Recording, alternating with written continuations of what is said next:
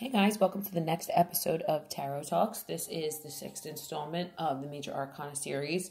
We're going to be talking about the Lover's Six today, and I just ask that you excuse, there is a little bit of background noise. My next door neighbor or roommate is blasting his TV. So yeah, we're just going to work through that. So let's talk about some of the imagery we see here. The first thing you think about when you see this card is Adam and Eve in the Garden of Eden. And what this card is really about is the unification of opposites, the sacred feminine and the sacred masculine, coming together in a state of harmony and balance. So it is a nod to doing the interpersonal work to completely understand the both sides of yourself and come together in the middle to create an enlightened being or godchild, or be the godchild. Okay, so in the Garden of Eden, we had two trees. We had the Garden of Good and Evil, the tree of the knowledge of good and evil, and then we also had the tree of life.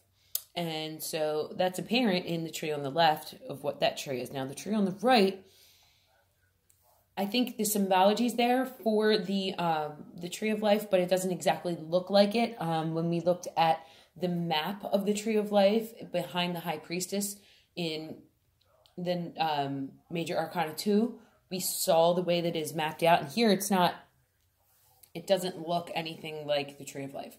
But we'll get into the imagery breakdown of that as well. So on the left side, we have the snake. Kind of looks like it's about to whisper in Eve's ear.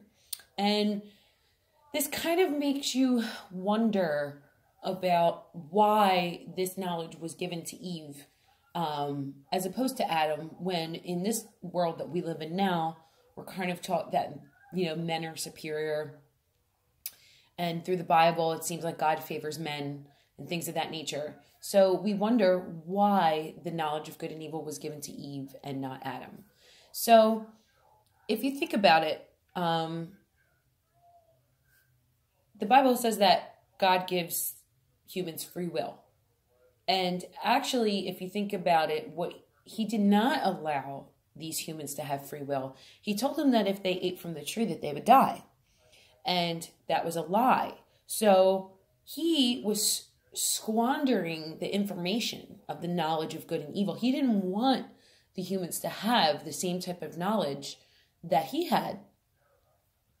And by lying to them, he was denying them of their free will to eat of the tree or not. So the serpent really didn't tempt Eve. He told her the truth and then bestowed free will upon her. He didn't make her eat the apple. She decided to do it herself. And once she did, she was given the knowledge of good and evil. Now, for me, the reason why I think that the knowledge was given to her is because the serpent wanted to restore her to Adam's equal. Because the divine feminine cannot and should not be suppressed. It should be equal to the divine masculine. Now, the first woman in the Garden of Eden was Lilith, and she was Adam's equal, and God made her as his equal. But she did not want to submit to Adam. Oh, there's about to be a big noise. My cat's a jerk. Thank you for making your appearance, Shady. Okay, so we had Lilith, and Lilith was his equal, but she did not want to submit to him. She would not lay in the missionary position. She did not want to be underneath Adam. She wanted to be on top of him, and he didn't like that. So he and God commiserated, and God cast Lilith out of the garden. And ever since then, she was looked upon as the whore of Babylon, and basically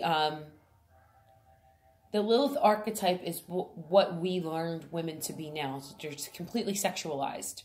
So she is how the divine feminine was suppressed. Okay, so that's a really good example of dark and light there. It was Eve to Lilith.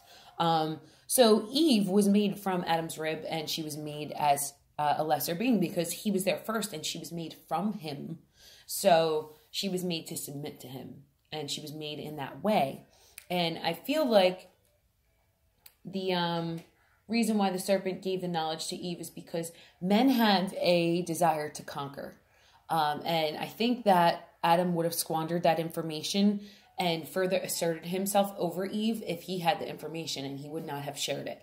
So he knew that Eve would share the information and enlighten her partner so that they would be restored to equals. And so that's just something to think about here for me. I mean, again, I will never tell you anything is fact that I don't know that is true to be a fact. But that's just how I analyze it. And then, so we have the tree on the right, which is made up of 12 flames. 12 automatically, you think of the zodiac. And the way that it represents the tree of life to me is because we have Bina and Chokmah. So Bina represents Saturn. Every sphere on the tree, or sephira on the tree, represents a planetary body. But the Chokmah sphere represents the whole entirety of the zodiac. So this is Bina and Chokmah, the trees represent. And for me, I feel like that is a nod to the tree of life. Okay? So now I'm about to say some shit that I've never heard anyone say. Now, I'm sure this has been analyzed by some people, but in my studies and in my travels on the internet, I have never seen anybody say this. And this is going to be pretty enlightening. Everyone, when they look at this card, they see this angel as God or some type of God-like figure presiding over their union. But to me, this is the creation of the divine masculine and feminine's unity together. And if you look, they have their hands out and they're kind of presenting you with this cloud. Like, you have to look at everything in this card, all of this imagery, the way the face is facing as opposed to the way the body's facing, the hands, everything is done with care and with a purpose in this deck. And this is why I enjoy this deck so much, because I just think Pamela Coleman was a fucking genius. And so they're presenting you with this cloud. Okay, cloud is a representation of air. And then we have the female aspect, which is water, the male aspect, which is fire. And what happens when water and fire come together? You get steam, which is air, which is a representation of air. So they're showing you what happens when the divine masculine and the divine feminine are united. They make a creation, they make a something that is representative of air, and angels reside in the air. And this is a godlike figure that they are creating together. And then the two other things in this imagery that is also pointing to that is the red mountain. So we have the upright triangle, which always represents the phallus, the color red, which represents the male. And so we're looking at the male phallus upright. And it almost looks like this could possibly be sperm. And the child is emerging from the sperm. And then on the top of the card, we have the sun. So this is telling you this is the Son of God, the Holy Son. And this is what we have inside of us, which is your solar plexus. In your solar plexus, I believe that is where your inner sun resides, which is your soul, the driving force of your body, your inner battery. This is the energetic force within us. And I think within us, spiritually, we have two things that connect us to the spiritual world. It's our soul. We have a soul and we have a spirit. So we have our soul, which represents the sun, S-O-L, the soul. And we have the spirit, which I believe resides in your pineal gland. And the spirit is the feminine essence and the soul is the male essence. And together they make the spiritual essence that resides inside the human body. And that's just what I've come to believe over the years. And another thing that we can talk about is how every virgin mother, all their names begin with an M. And the letter M always is representative of the divine feminine. And what's really interesting is that in Latin, which is the root of all languages, mater is the name for mother, but it's just missing one T, M-A-T-E-R. So consciousness is masculine because it is an electrical, energetic force, and then matter can be molded and multiply by consciousness. So consciousness is planted into matter. So now you can see how the duality works. So that has been the esoteric breakdown of Lover 6. And also, the major arcana, we have the rulerships are all of the zodiac. So here we have Gemini. And I think that some of the higher ones are ruled by planetary bodies. So like, the Wheel of Fortune is Jupiter. The world is Saturn. So we have some zodiac, and then we have some rulerships are going to be planetary bodies. And this one is Gemini, obviously, which is going to be the twins, which is duality, which again ties everything in. When you get this card in a reading, the exoteric meaning is relationships and start and happiness and the beginnings of love and finding love and all of that. But I like to look at the esoteric because that is how tarot's meant to be read. Not to say that anyone's wrong by starting with the exoteric, but I really do believe that once you learn all of that, you should get into the esoteric and add your astrology and learn all that as well. It's good. It's a long process. But don't stop at the exoteric book meanings. That's just, anybody can do that. Anybody can do that.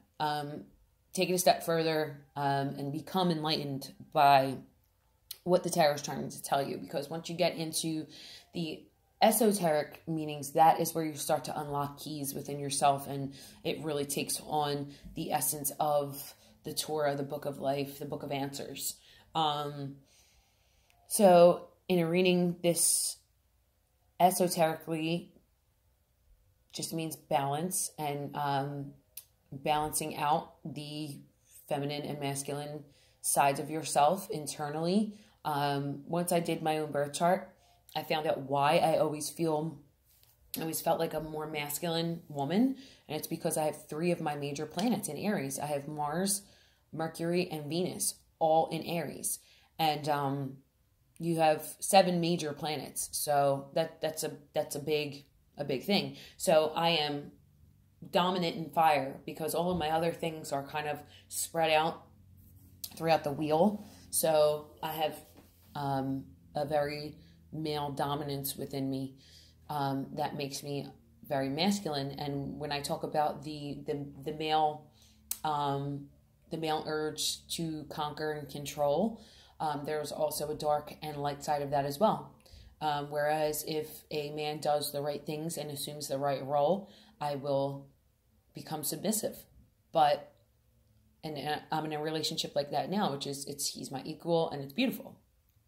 But previous to that, all of my relationships have been men who were not as dominant as me and not as strong as me. And so they weren't allowed to conquer me physically. So they would aspire to conquer things like my abilities, and they would try to keep me in and keep me home and break my will. Not so much outright, but those things about me made them uncomfortable. So it would stop me from doing things that I was wanting to do or aspiring to do, because if I became more successful than them, more driven, more determined, it made them feel lesser. And you know, hindsight is 20/20. So looking back, I can realize that about myself. So everything is dual. Everything has a dark and light side of itself. And this is what this card is trying to tell you. And it's talking about balancing those things out and becoming the godchild and becoming that middle aspect. So I hope you enjoyed this episode of Tarot Talks. Please tune in to the next episode, the Chariot 7. There's a lot to talk about with that as well. I'm looking forward to seeing you soon, and have a blessed day.